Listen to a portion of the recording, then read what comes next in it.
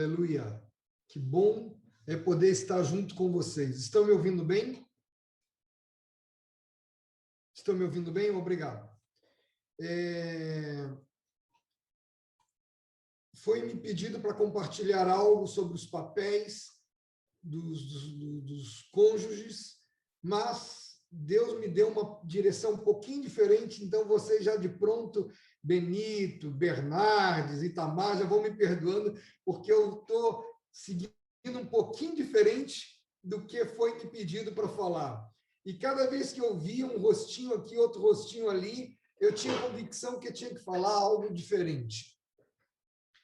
Eu vou começar compartilhando a tela do computador e, em seguida, nós vamos ler um trecho da palavra, um longo trecho da palavra, e eu vou pedir que vocês abram, apesar que eu vou reproduzir o texto também na tela do computador. Mas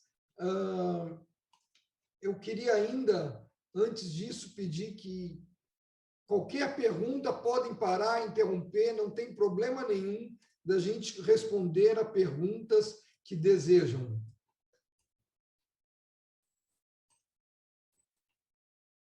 Estão vendo a tela do computador? Benito, conseguem ver a tela do computador? Obrigado.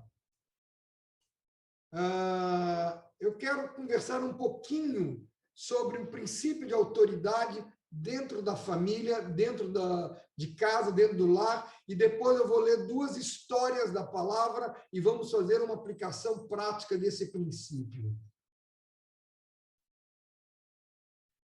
Princípio de autoridade. Vamos abrir em 1 Coríntios 11, verso 3. 1 Coríntios 11, verso 3. Está projetado na tela, se você quiser acompanhar a leitura, é simples, é só ler. Quero, entretanto, que saibais ser Cristo cabeça de todo homem, e o homem o cabeça da mulher, e Deus o cabeça de Cristo. Repito, quero, entretanto, que saibais ser Cristo cabeça de todo homem, e o homem o cabeça da mulher, e Deus o cabeça de Cristo. Algo que nós conhecemos bem, mas eu quero mostrar de uma forma mais lúdica, mais simples possível. A família cristã, nós temos o homem e nós temos a mulher e nós temos os filhos, o filho e a filha. Quantos foram? Nós temos Deus, que é o cabeça de Cristo. Deus está cobrindo a vida de Cristo, Cristo sobre o homem sobre a mulher e homem e mulher sobre os filhos. Pronto. De uma forma bastante simples, nós vimos o que o texto disse. Agora, mais simples ainda no meu ponto de vista, a realidade bem prática. Nós temos o homem, temos que está debaixo de Deus e de Cristo. Eu estou considerando guarda-chuvas de ouro e guarda-chuvas dourados, guarda-chuvas fantásticos. E temos a sua esposa do lado dele, debaixo também do guarda-chuva do seu marido, e temos os filhos, todos eles debaixo, um do guarda-chuva do outro, um protegido pelo outro, um sobre a proteção do outro. Mas aí nós temos um filho que resolve fazer alguma besteira e dar uma saidinha. Ele está debaixo da tempestade. Aqui pode ser filho ou esposa ou filha, qualquer um está debaixo da tempestade.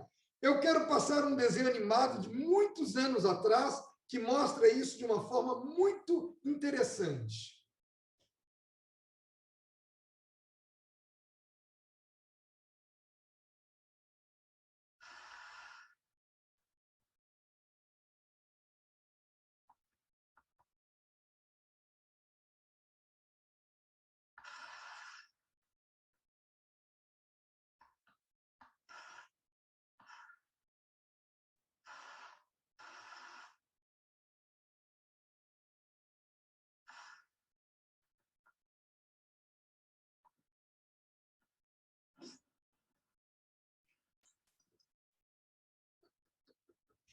É bem bobinho, é bem simples, mas é um fato real. E eu queria só mostrar o que ocorre quando a gente sai debaixo de uma autoridade. Mas agora nós vamos ir para Gênesis, capítulo 18.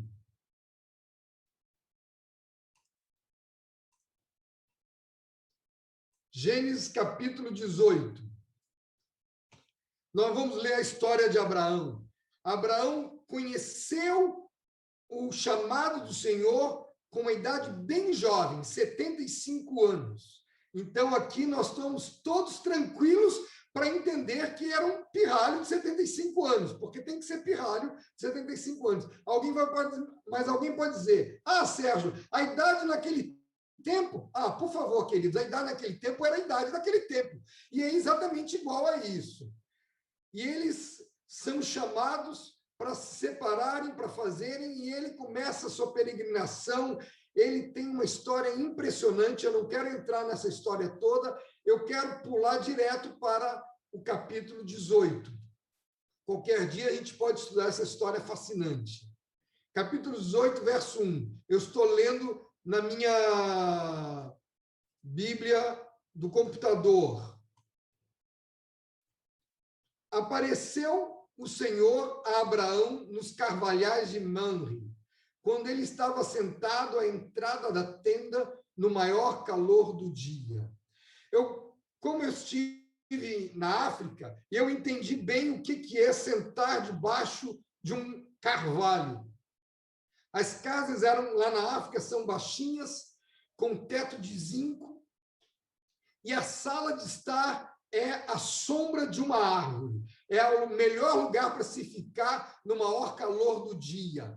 E ele está sentado na sua sala de estar, no meu entender, debaixo de uma árvore. Levantou os olhos, olhou, e eis 3 homens em pé em frente dele. Imagina você está de boa, sentado, e aparecem 3 homens. Eu fico imaginando o susto que levou. Porque não eram 3 homens dos seus funcionários, nem 3 homens conhecidos, eram 3 homens diferentes. Vendo-os, correu à porta da tenda ao seu encontro e prostou-se em terra. É muito interessante entender que o homem do Médio Oriente, ele é extremamente hospitaleiro. Para ele é indispensável receber até mesmo um inimigo, ser hospitaleiro. E ele disse, versículo 3, Senhor meu, se acho mercê em tua presença, rogo que não passe do teu servo.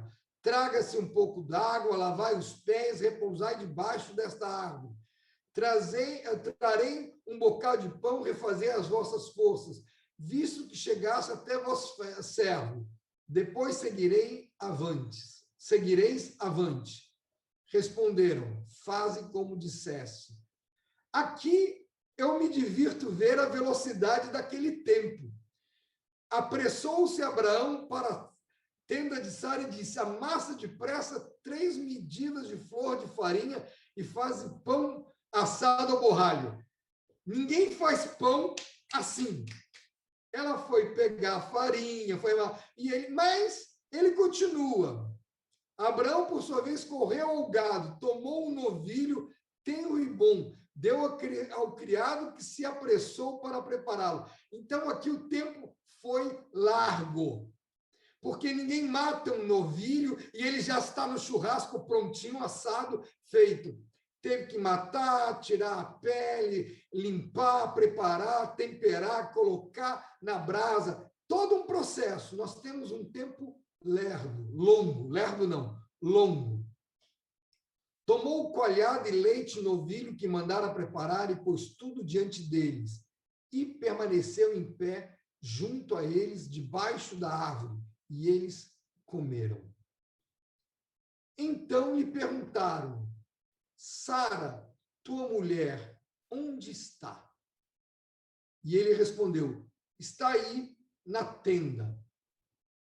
Disse um deles. Repara bem, nós vamos ver aqui adiante que eles não são mais tão brotos como eram. Já tinha se passado 25 anos, desde que Deus chamara Abraão. Então, Abraão aqui está com 100 anos de idade e Sara com 90 anos de idade.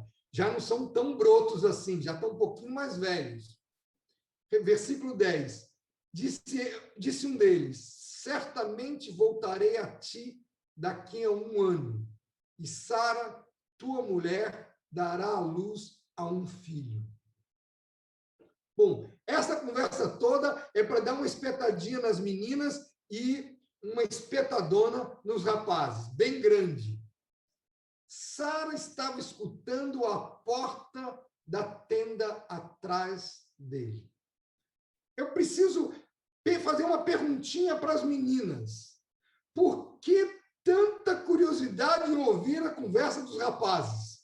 Por que tanta curiosidade para saber o que os homens estão falando? Por que estão sempre atenta, com as antenas ligadas à conversa? Sobretudo quando os homens abaixam a voz e falam bem mais baixinhos. Parece que ela liga o amplificador de escuta e escuta bem mais altinho. Falaram baixinho, é coisa importante, tem que escutar. Não estou repreendendo ninguém, eu só estou fazendo um comentário de algo que a gente vê na prática, a gente percebe na prática.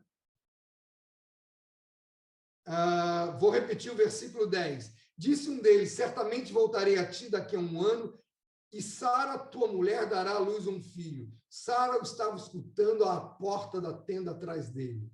Abraão e Sara já velhos, avançada idade, e a Sara já lhe havia cessado o costume das mulheres. Sara já tinha menopausado, já tinha acabado o período, ela já estava livre dos trabalhos e preocupação que as mulheres têm todos os meses. Ela não tinha mais preocupação, porque ela não teria mais condição de dar a filhos mesmo. Aliás, ela já não tinha antes e até agora continuou sem condição. Lembro a vocês que ela já tem o filho de Agar, que já está a essa altura com uns 12 anos de idade, ou 13, mais ou menos. Já tinha passado um tempo, ou quem sabe até mais. Versículo 12. Riu-se Sara no seu íntimo, e dizendo consigo mesmo: depois de velha, e velho também o meu senhor, terei ainda prazer? Sara riu no seu íntimo. E aqui a gente vai entender que ela tem uma risada de incredulidade. Deus está falando com ela o que vai fazer e ela ela não fez barulho. É tudo no seu íntimo. É uma risada interna. Versículo 13.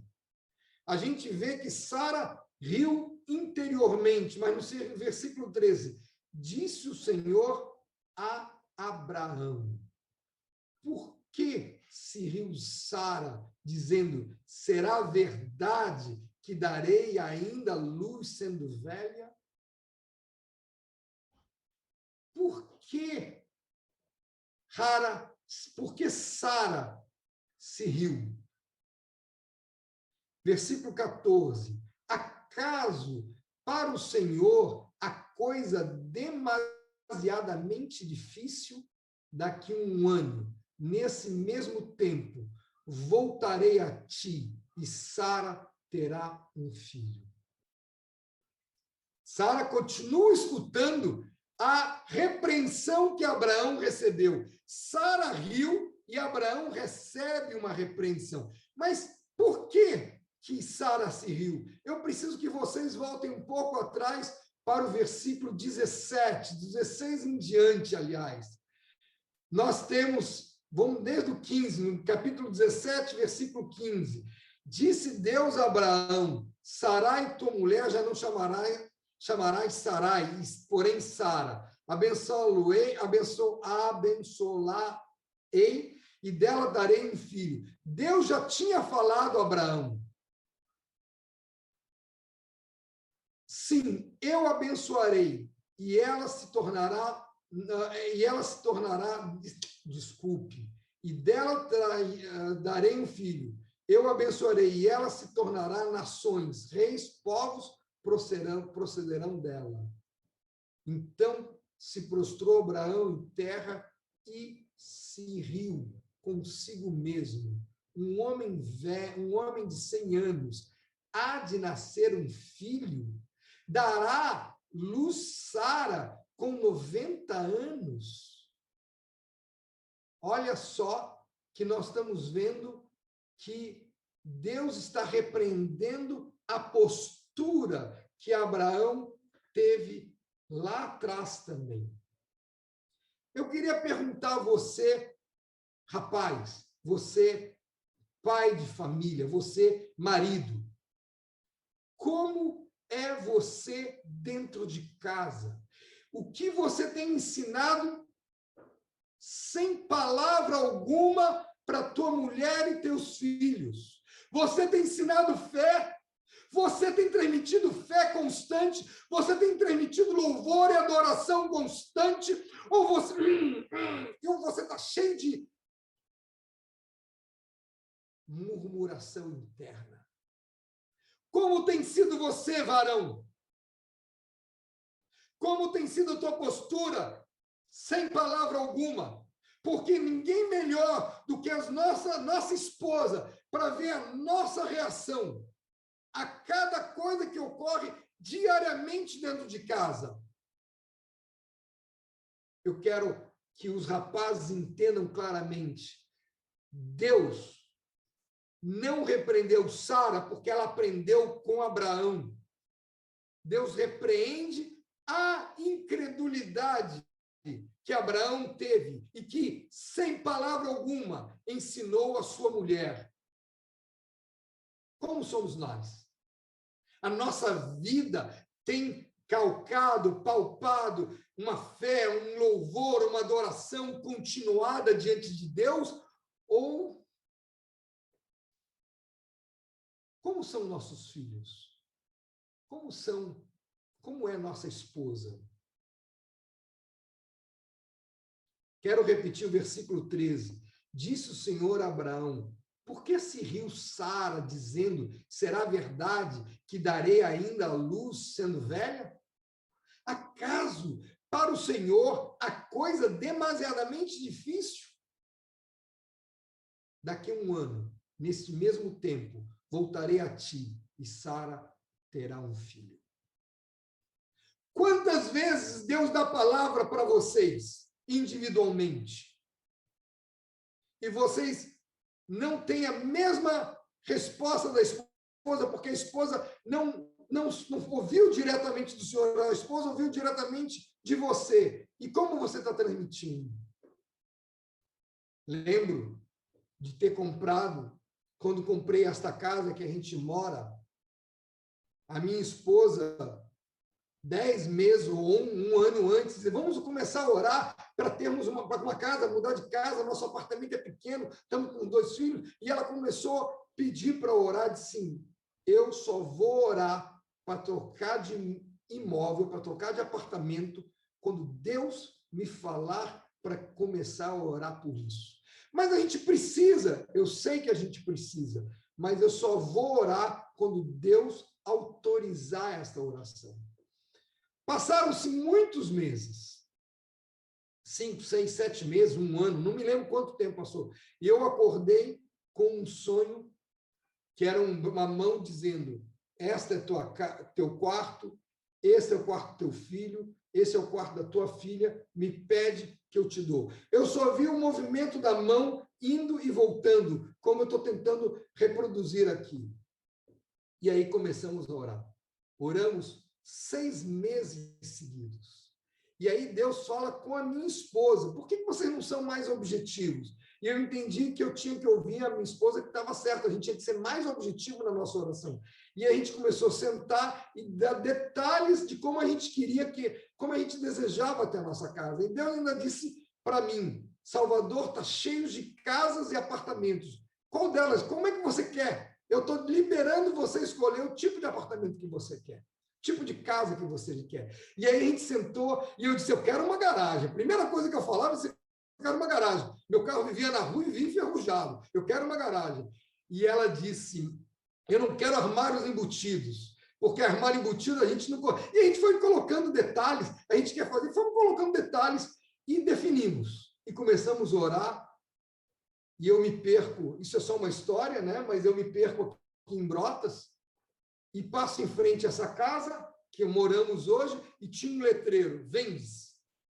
Eu parei o carro, estou perdido mesmo, não sei, eu não sabia onde é que eu estava, não tinha a menor ideia. Quando eu entro na casa sozinho, quando eu ponho o pé no primeiro quarto, assim, este é o teu quarto. No segundo quarto, esse é o quarto da tua filha. No terceiro quarto, esse é o quarto do teu filho. Me pede que eu te dou. Eu virei para o dono da casa assim, onde eu estou? Como eu vou para a Barra? Como eu volto da Barra para cá? Eu disse, como assim? Não tenho a menor ideia, eu estava perdido. Me diga, saí e voltamos. Bom, nós moramos nessa casa há 33 anos. Só quero mostrar que ela ficou esperando Deus falar comigo para começarmos a orar para mudar para essa casa. Agora, deixa eu voltar ao texto, versículo 15. Então, Sara, receosa, o negou, dizendo, não me ri. Agora, Sara faz algo que ela também já viu seu marido fazer, mentir. E agora Sara mente. Aqui agora é uma falha de caráter dela. Ele, porém, disse, não é assim. É certo que riste. Ele repreende diretamente a Sara. Como é que somos nós em nossas casas? Pai querido, eu queria pedir que tu falasse com cada um dos rapazes, mostrando a cada um deles como estão agindo, o que estão ensinando sem palavra alguma. Ajuda-nos a estarmos plenamente cheios de ti, plenamente cheios da fé em ti, transbordando do teu amor, para que possamos ir além, muito além, para que possamos montar e criar família que glorifique o teu nome. Te peço isso em nome de Jesus. Vamos dar um pulo, vamos agora para Juízes. Cadê você, Juízes? Juízes 16.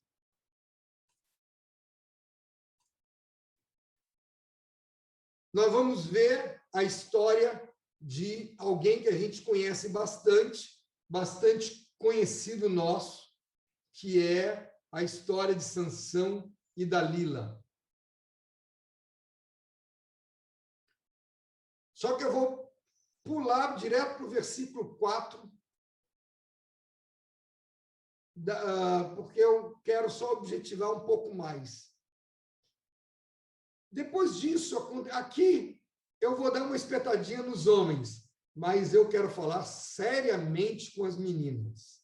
Quero agora uma palavra séria. Comecei dando uma palavra muito séria para os homens, agora eu quero dar uma palavra muito séria para as meninas. Por favor, não adianta jogar tomate, porque tomate não chega por videoconferência. Então, não fiquem bravas comigo. Tentam entender o que Deus quer falar com cada uma de vocês. Depois disso aconteceu que Sansão se afeiçoou à mulher do vale de Saroque, a qual se chamava Dalila. Então os príncipes dos filisteus subiram a ela e lhe disseram, persuade-o e vê em que consiste a sua grande força e com que poderíamos dominá-lo e amarrá-lo, para assim subjugarmos, e te daremos cada um 1.100 ciclos de prata. É muito dinheiro. Eles estão subornando, vou chamar a mulher de Sansão. Sansão era nazireu. Os pais, Deus tinha pedido que não se passasse navalha sobre o seu cabelo. Tinha um voto de nem beber bebida forte e se separar diretamente para Deus. Eles eram um juiz. Disse, pois, Dalila a Sansão, declaro-me, peço-te, em que consiste a tua grande força e com que poderia ser amarrado para poderem subjugar, para te poderem subjugar. Ela está sendo quase 100% honesta.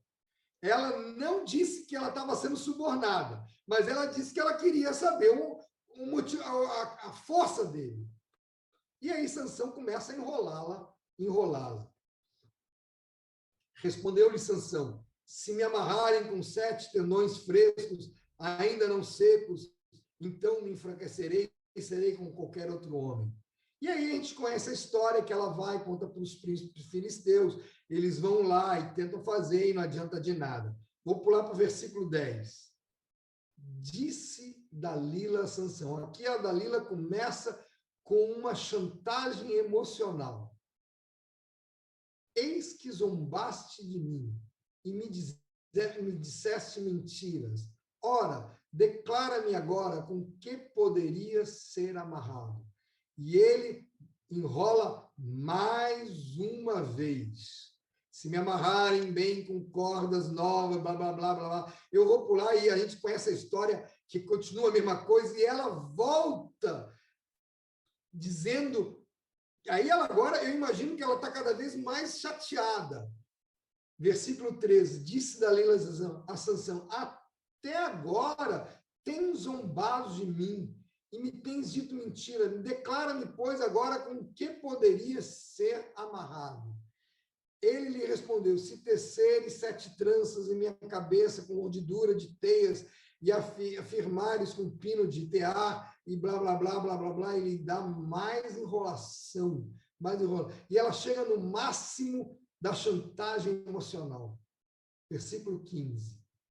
Então ela lhe disse, como dizes que me ama, se não está comigo o teu coração? Ela pegou pesado. Ela jogou uma argumentação pesada. Já 3 vezes zombaste de mim e ainda não me declaraste em que consiste a tua grande força. Reparem, amados e amadas, no versículo 16, importunando ela todos os dias com suas palavras e molestando-o, apoderou-se da alma dele uma impaciência de matar. Uau! Nós temos que observar uma coisa muito séria. As mulheres têm uma capacidade especial de importunar os seus homens de uma forma terrível, a ponto de ver uma impaciência de matar. Eu queria, antes de seguir falando com as meninas, eu queria perguntar para os homens: o teu não é não? O teu não é um não? Não? O teu não não sei, vou pensar. Como é que é a tua postura com respeito ao teu não? Quando você diz não é não, o teu não é aquele, torra mais a minha paciência, quem sabe eu te libero. Quando o homem não usa um não, que eu gosto de dizer um não redondo, que não tem possibilidade de brecha alguma, é não, não, está dando à esposa a possibilidade de insistir até que ela consiga aquilo que ela deseja. Versículo 17. Descobriu-lhe todo o coração e lhe disse, nunca subiu navalha a minha cabeça, porque sou nazireu de Deus, desde o ventre da minha mãe. Se vier a ser rapado, ir-se-á de mim a minha força, e me enfraquecerei e serei como qualquer outro homem. Vendo, pois, Dalila que já lhe descobriram o coração, mandou chamar os príncipes dos filisteus, dizendo, subi mais esta vez, porque agora me descobriu todo o coração.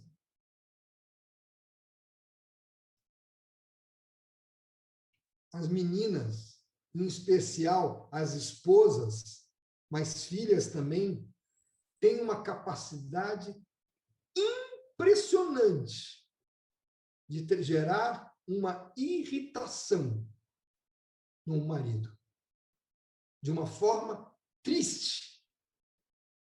Eu gostaria muito que as meninas entendessem e aprendessem com Deus que não é não, que é espera, espera, que é vamos orar e vamos orar, e não ficassem insistindo.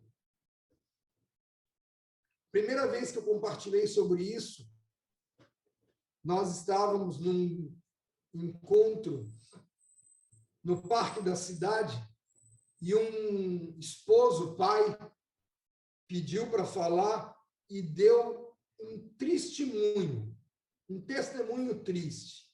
E ele disse: ontem, a minha filha ficou insistindo comigo de tal forma que eu fui a uma irritação insuportável e dei um tapa com força na mesa. Só tinha um detalhe, eu esqueci que a mesa era de vidro e quebrou a mesa e todo o café da manhã que estava sobre a mesa. Maridos, aprendamos a ter respostas claras, educadas, amorosas, mas fechadas. Que nosso não seja não. Esposas, aprendam a entender.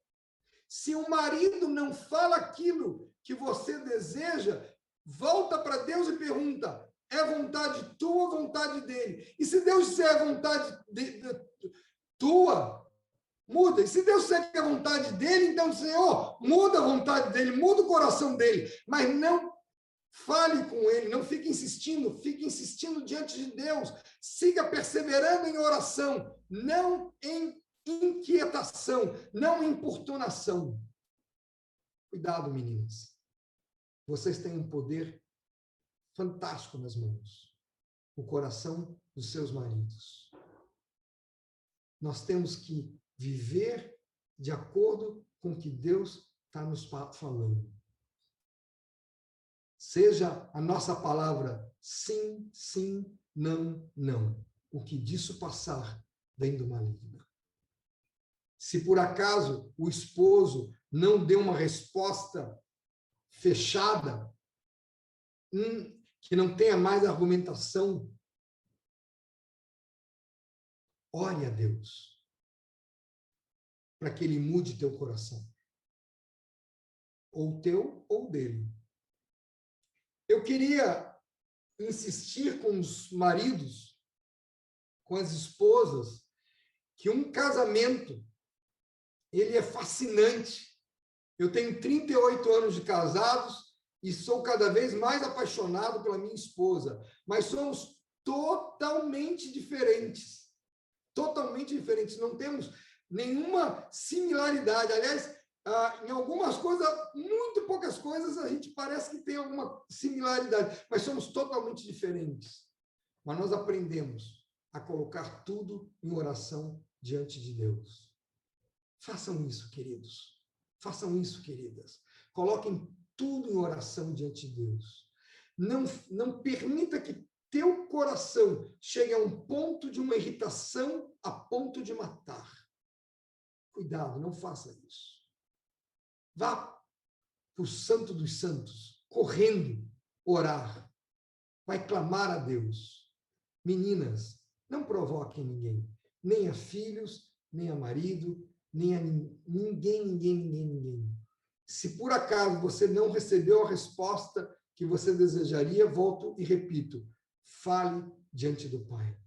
Pai querido, eu queria pedir que tu abençoasse cada uma dessas meninas, cada um desses rapazes, ensinando-nos a cada um de nós a andarmos dentro do nosso papel, sem ir além nem ficar aquém, sem provocarmos nenhum ao outro, que sejamos cheios da sua graça, o tempo todo. Que o nosso relacionamento, marido e mulher, seja de tal forma cheio da tua presença, que nossos filhos queiram montar um casamento, uma vida igual à nossa. Leva-nos adiante, Pai. Te peço, em nome de Jesus. Amém. Amém. Pai querido, ajuda-nos a seguir adiante. Te peço, em nome de Jesus. Amados, vamos... Deixa eu compartilhar a tela novamente aqui. Será que eu apaguei a tela? Não, está aqui. Nós vamos para Lucas. Compartilhamento de tela. Nós vamos para Lucas, capítulo 2, verso 41 em diante. Lucas 2, verso 41 em diante. Jesus está com 12 anos de idade. Aqui é muito interessante a gente lembrar que o garoto judeu, israelita, hebraico, fica acompanhando a mãe até completar 12 anos de idade. Quando ele faz 12 anos de idade, o garoto deixa de ser garoto e passa a ser homem. Então, ele acompanha o pai. Então, é interessante só lembrar isso para a gente poder entender claramente o que vai ocorrer aqui. Ora, anualmente iam seus pais, José e Maria, a Jerusalém para a festa da Páscoa. Quando ele atingiu 12 anos, subiram para Jerusalém, segundo o costume da festa. Terminados dias, ao regressarem, permaneceu o menino Jesus em Jerusalém, sem que seus pais soubessem. Está tudo na farra, está tudo na alegria. Eles estão em comboio, eles fizeram uma caminhada pequena, são só 120 quilômetros, Salvador, Feira, Salvador. Eles estão indo, é uma caminhadinha, papai, mamãe, periquito, papagaio, todo mundo junto.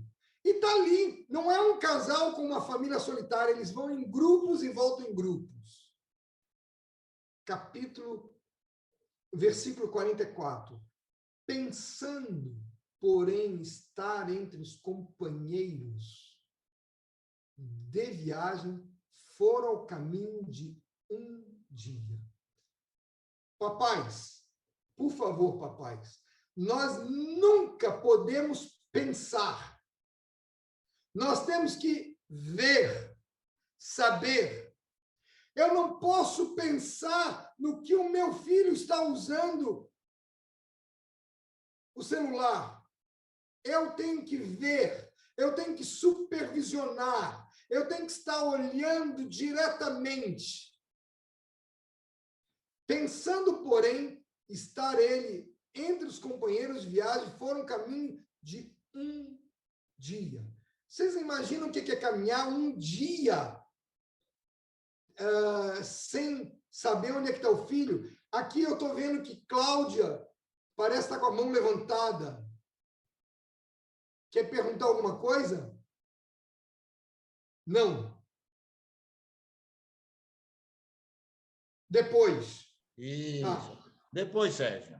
Tudo bem. Pensando, porém, estar ele entre os companheiros de viagem, foram o caminho de um dia. Um dia é muito tempo. É muita distância. Eu não posso, não, é só o final de semana que eu não vou supervisionar. Não, eu tenho que estar atento sobre meus filhos todo o tempo. Completamente. Então passaram a procurar, versículo 44 ainda.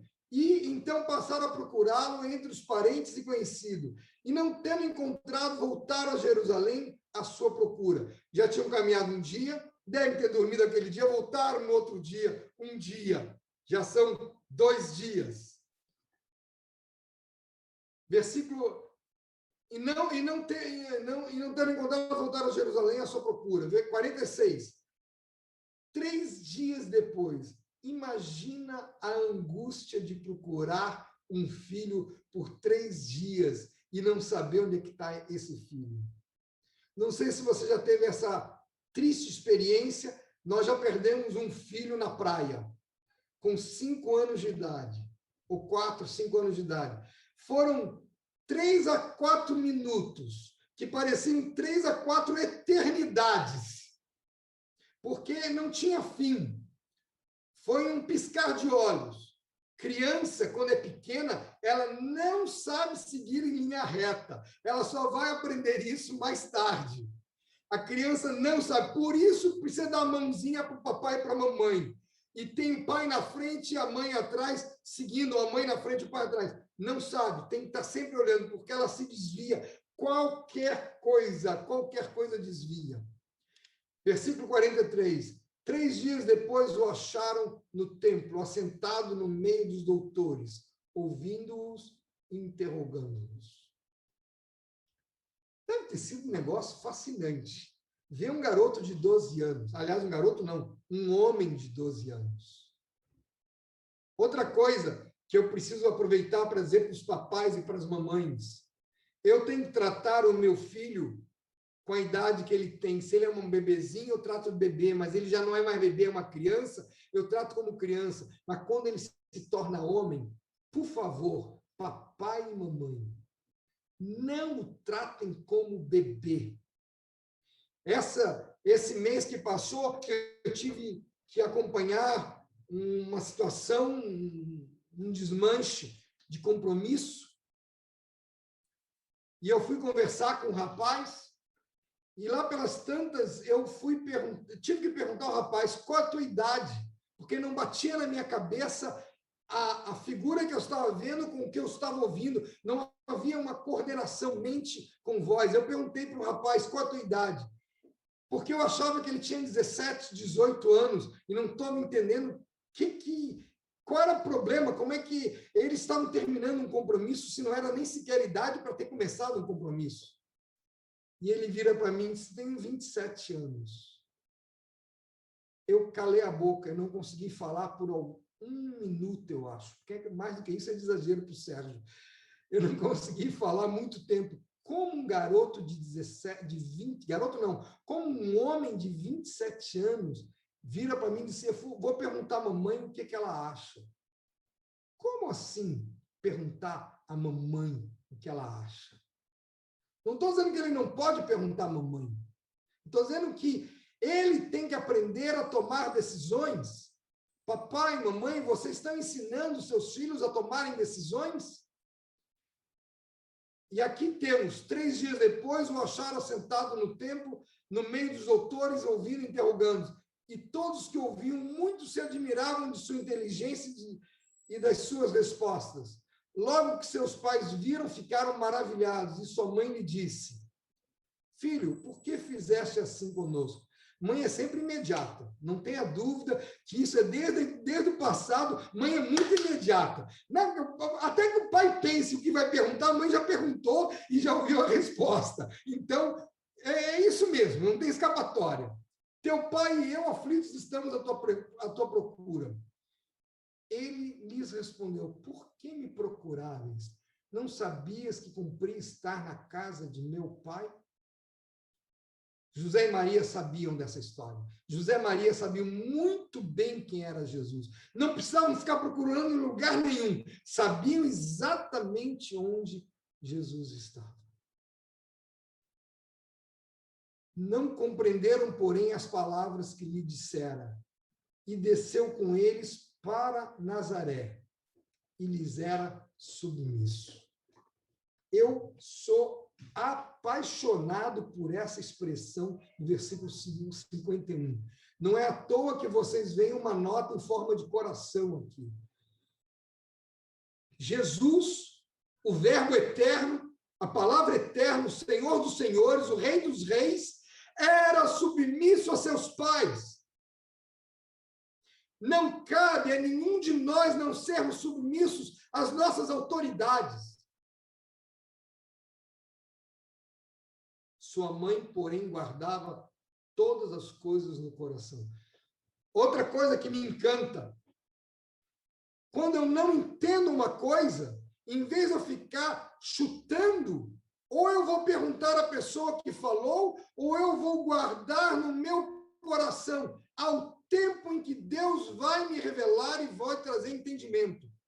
Não sei quando é. Mas eu não posso ficar falando, ele falou aquilo, eu não entendo. Como é que ele falou aquilo? Eu não posso sair chutando para todo lado, levando dúvida para o coração dos outros.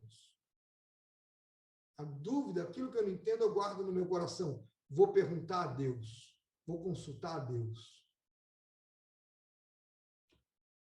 Mas papai, mamãe, não pensem onde estão seus filhos. Supervisionem seus filhos junto com eles. Vão ver os filmes junto com eles. Eu não tenho paciência para esse tipo de coisa. Problema teu. Vai criar paciência. Vai para a cruz. Vai para um lugar que você nunca pode ter saído. Meu filho mais velho um dia gostou de rock. E eu sempre detestei rock. Eu nunca fui do rock. Mas essa galera dos dias de hoje gosta dessa música barulhenta. E eu vou fazer o quê? Não quero papo, não. Não. Eu virei para ele assim, me explica o que é o rock. Me ensina o que é o rock. O que de bom eu posso tirar dessa música tão estranha? E ele começou a me mostrar os repiques, as viradas, as tocadas do violão, a bateria, mostrou o contrabaixo. Eu comecei a aprender a ouvir, coisa que eu não estava habituado. Eu tenho 30 anos mais do que meu filho. Nunca gostei do rock, porque eu sempre nasci no Rio de Janeiro. Eu sou daquele... Nasci no samba eu me criei. Eu gosto de um sambinha, de roda do pé, eu sou daquele, me segura papai. Eu gosto de samba, mas não de rock. Mas nem o samba, nem o rock tem valor algum para mim. O que tem valor é Cristo Jesus e permanecer na cruz. Mas eu fui conversar com meu filho, fui aprender com meu filho. Mesmo ele com 15 anos e eu com 45 anos. Eu fui entender. E nunca proibi o rock. Eu ensinei aos meus filhos de onde vem esta música, quem compôs, porque o princípio é a boca fala do que o coração está cheio. Se a fonte desta música não é de Deus, então não serve para a gente. Mas se essa fonte dessa música é de Deus, mesmo que eu não goste, a gente pode ouvi-la. Versículo 52. E crescia Jesus em sabedoria, estatura e graça diante de Deus e dos homens. Crescia Jesus em sabedoria, estatura e graça diante de Deus e dos homens. Como é que tem sido isso? Aqui tem algo que eu preciso falar para todos os pais. Nós temos que ensinar aos nossos filhos sabedoria. Se eu ensino obediência, é indispensável. Quer dizer, se ensino não. Ensinar a obediência é indispensável. Mas eu preciso ensinar aos nossos filhos sabedoria. E só tem uma forma de ensinar aos filhos sabedoria. Lendo a palavra e se enchendo da palavra. Lendo a palavra e se enchendo da palavra o tempo todo. Vocês têm lido a palavra com os filhos? Aliás, marido e mulher têm lido a palavra junto. A palavra diz que a fé vem pelo ouvir, e ouvir a palavra de Cristo. Eu estou lendo e derramando fé sobre a minha esposa está lendo e derramando fé sobre mim, e estamos fazendo isso sobre os nossos filhos, e os nossos filhos estão fazendo isso sobre nós.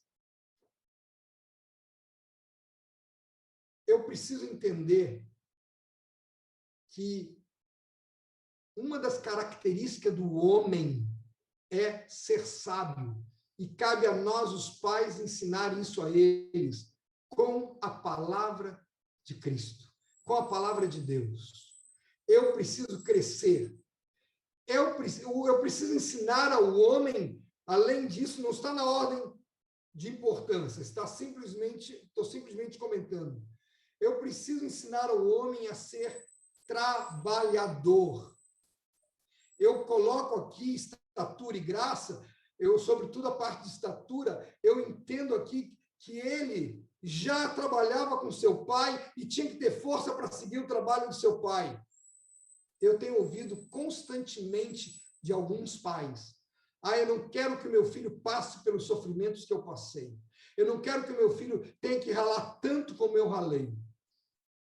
De onde é que você tirou isso? Você não quer que seu filho seja homem de Deus? Não quer que seu filho cresça em estatura e graça diante de Deus? Porque para crescer em estatura e graça diante de Deus, ele vai ter que ralar, vai ter que lutar. Esse mês que passou, vi uma frase que me chamou muita atenção. Dificilmente Deus usa um homem que não tenha sofrido muito. Dificilmente Deus usa um homem que não tenha sofrido muito. Não tem escapatória. A forma de nós crescermos é em sofrimento. E quando o pai e a mãe suprem do filho a dor, estão tornando o rapaz um marica. Um maricas. Eu não estou falando efeminado, não. Eu estou falando um frouxo, um sem garra, sem gana, sem estatura. Quando o pai e a mãe tiram da mulher a dor, estão roubando da mulher a fragilidade, e ela vai se tornando super poderosa, cada vez mais homem, e o garoto cada vez mais feminino. Não estou falando em homossexualidade, eu estou falando em postura diante de Deus, diante dos homens, diante dos problemas. Eu tenho que ensinar esse garoto a crescer na graça, na dependência de Deus, na oração, no louvor, na contemplação. É diante de Deus, mas os homens veem isso. Os homens veem isso.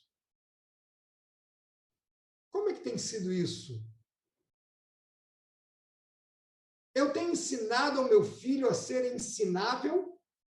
Vocês entendem o que eu quero dizer? Meu filho aprendeu comigo, com a mãe, que ele pode ser ensinável, que os outros sabem mais, tem gente que sabe muito mais do que ele, ou ele é tão cheio de si. Amados, nós temos muito que crescer no Senhor e ler na palavra do Senhor o tempo todo. Eu quero terminar aqui só com isso. Papai, mamãe, não pensem que teus filhos estão fazendo isso ou aquilo. Vejam, supervisionem de perto e ensinem aos garotos a serem homens de verdade. Ensinem as meninas a serem mulheres de verdade. O homem de verdade é trabalhador. A mulher de verdade também é trabalhador. O homem de verdade sabe tomar decisões. A mulher de verdade sabe tomar decisão. Vou me submeter a ele. Vou me submeter a Deus. É uma decisão. Eu não preciso ficar perguntando a 327 pessoas o que fazer. Não quer dizer que eu não possa me depender e perguntar. Não é isso que eu estou dizendo, por favor. Eu estou querendo dizer que eu tenho que aprender a tomar decisão. Vocês lembram? Os coroas vão lembrar que a gente ia para o supermercado. Não era nem supermercado, a gente ia para o mercado e comprava arroz e feijão e a banha.